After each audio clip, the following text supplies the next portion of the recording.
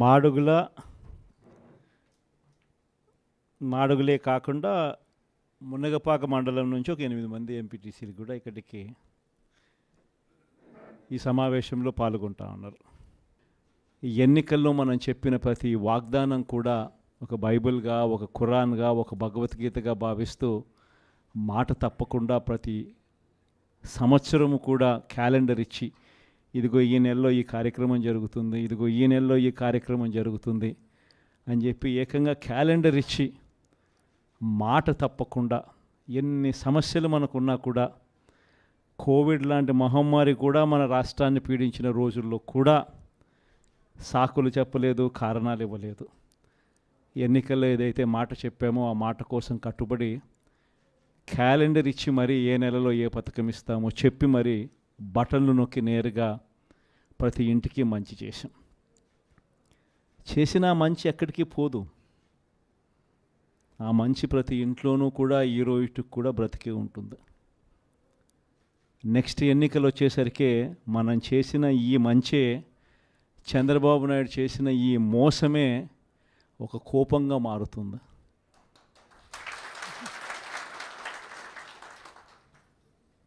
ఎందుకనంటే చంద్రబాబు నాయుడు గారి క్యాంపెయిన్ కూడా మనం చూసాం. జగన్ ఏమో పలావ్ ఇచ్చాడు, బాగానే చూసుకున్నాడు, కానీ చంద్రబాబు నాయుడు బిర్యానీ పెడతానన్నాడు. తీరా చూసేసరికి పలావు పోయింది, బిర్యానీ పోయింది, పస్తు పండుకోవాల్సిన పరిస్థితిలో ఈ పొద్దు మేము ఉన్నాము అని చెప్పి ప్రజలందరూ కూడా అనుకుంటా ఉన్న పరిస్థితిలో ఈరోజు రాష్ట్రాన్ని చూస్తూ ఉన్నాం. ఈరోజు వైఎస్ఆర్ కాంగ్రెస్ పార్టీయే, మన పార్టీయే అధికారంలో ఉంటే ఈ పార్టీకే మీ జగన్ రైతులందరికీ రైతు భరోసా ఇచ్చేసిండు. ఈ పార్టీకే రైతు భరోసా సొమ్ముతో వ్యవసాయంలో రైతులందరూ కూడా చక్కగా వ్యవసాయం చేసుకుంటూ కనిపించుండేవారు. వైఎస్ఆర్ కాంగ్రెస్ పార్టీయే ఉండింటే, మీ జగనే ముఖ్యమంత్రిగా ఉంటే ఈ పార్టీకే బడులకు పోతా ఉన్న పిల్లలందరూ కూడా సంతోషంగా బడులకు పోతూ ఉందరు. వాళ్ళ అమ్మలందరికీ కూడా ఈ పార్టీకి అమ్మఒడి పథకం కూడా ఈ పార్టీకి అంది వాళ్ళందరూ కూడా సంతోషంగా ఉండుండేవాళ్ళు. ఈ పార్టీకి అక్క చెల్లెమ్మల ముఖంలో చిరునవ్వు కనిపిస్తూ సున్నా వడ్డీకి సంబంధించిన సొమ్ము కూడా ఆ పొదుపు సంఘాల అక్క చెల్లెమ్మలకు అందరికీ కూడా సున్నా వడ్డీకి సంబంధించిన డబ్బులు కూడా వాళ్ళందరికీ కూడా ఏప్రిల్లోనే మామూలుగా ఇస్తూ ఉంటుంది. ఎన్నికలు కాబట్టి, కోడ్ కాబట్టి ఒక అటు ఇటుగా పోయినా కూడా మనం వచ్చిన వెంటనే ఈ పార్టీకే మీ జగనే ఉంటే ఆ సొమ్ములు కూడా వచ్చి ఉండేటివి. మీ జగనే ముఖ్యమంత్రిగా ఉండింటే, వైఎస్ఆర్ కాంగ్రెస్ పార్టీ మన పార్టీ అధికారంలో ఉండుంటే ఈ పార్టీకి విద్యా దీవెన కింద ప్రతి పిల్లాడికి కూడా వాళ్ళు కట్టాల్సిన ఫీజులు ప్రతి త్రైమాసికం 3 నెలలకు ఒకసారి వాళ్ళకు సంబంధించిన ఫీజులు, మళ్ళీ 3 నెలల లోపల 3 నెలలు అయిపోయిన వెంటనే ప్రతి త్రైమాసికం వచ్చే ఫీజులు విద్యా దీవెన కింద వాళ్ళ ఖాతాల్లోకి పడుండేటివి. వసతి దీవెన డబ్బులు కూడా పడుండేటివి. మత్స్యకార భరోసా కూడా పడుండేటిది. వాహన మిత్ర కూడా పడుండేది. చేనేతలకు నేతన్న నేస్తం కూడా ఈ పార్టీకే పడి ఉండేది.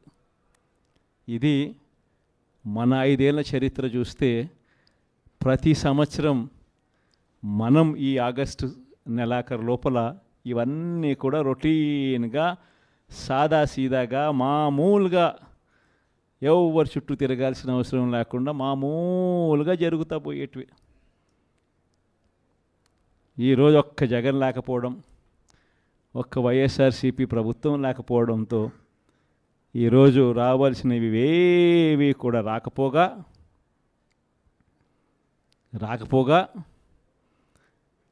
ఇంటికే వచ్చి తలుపు తట్టి చిక్కటి చిరునవ్వుతో ఇచ్చే పరిస్థితులు కూడా పోయింది.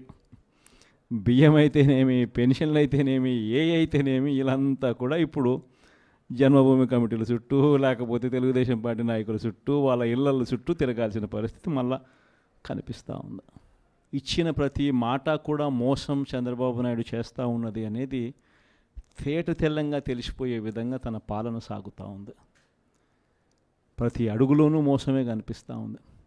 పిల్లలకైతే మొన్నటిదాకా ఇంగ్లీష్ గవర్నమెంట్ బడులలో టోఫుల్ ఒక పీరియడ్గా బోధన జరుగుతూ ఉండేది.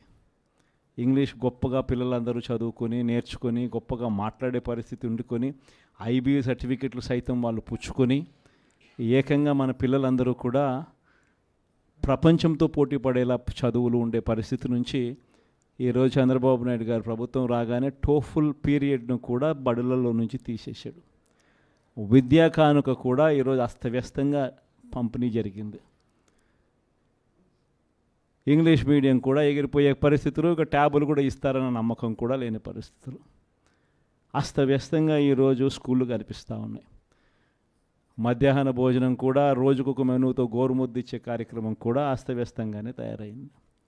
ఆరోగ్యశ్రీకి సంబంధించి ఇప్పటికే 1600 కోట్ల రూపాయలు బకాయిలు, జనవరి నుంచి బకాయిలు.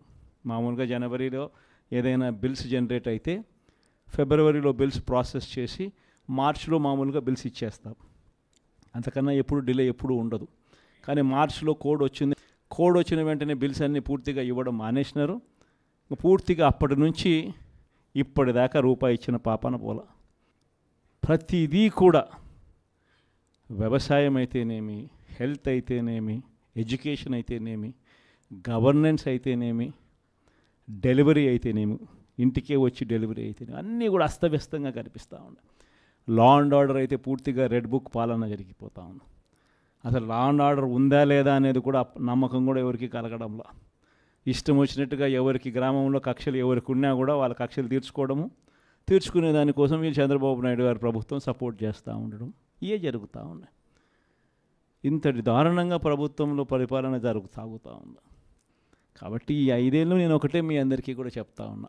ఈ 5 ఏళ్ళు నేను కష్టాలు ఉండవు అని చెప్పను, కష్టాలు ఉంటాయి. మనం విపరీతంగా వాళ్ళు హెరాస్మెంట్ కూడా చేస్తారు, అది కూడా నేను చెప్తా ఉన్నా, ఉంటాయి, కాదని నేను అనడంలా. ఇన్ఫ్యాక్ట్ నా పరిస్థితి మీ అందరికీ కూడా తెలిసే ఉంటుంది. 16 నెలలు నన్ను జైల్లో కూడా పెట్టినారు. కష్టాలు ఉండవని నేను చెప్పను, అటువంటి కష్టాలు కూడా నేను చూసిన. కానీ ఏమైంది, కష్టాలు అనేటివి ఎప్పుడు ఎల్లకాలం ఉండవు. ఒక చీకటి వచ్చిన తర్వాత వెలుతురు రావడం అన్నది దేవుడు క్రియేట్ చేసిన సృష్టిలో ఖచ్చితంగా జరగాల్సిన కార్యక్రమం. కాబట్టి కష్టాలు ఎక్కువ రోజులు ఉండవు. ఒక రాత్రి వచ్చిన తర్వాత ఒక పగలు రాక తప్పదు. ఈ 5 ఏళ్ళు కూడా కన్ను మూసుకుంటే అయిపోతుంది. ఎన్ని కష్టాలు వచ్చినా మళ్ళీ 5 ఏళ్ళకి 2029లో మళ్ళీ మనమే వస్తాం. మన ప్రభుత్వంలో మళ్ళీ మీరే మళ్ళీ ప్రజలకు సేవ చేసే గొప్ప పరిస్థితులు మళ్ళీ మీరు నేను అందరం కూడా ఉంటాం.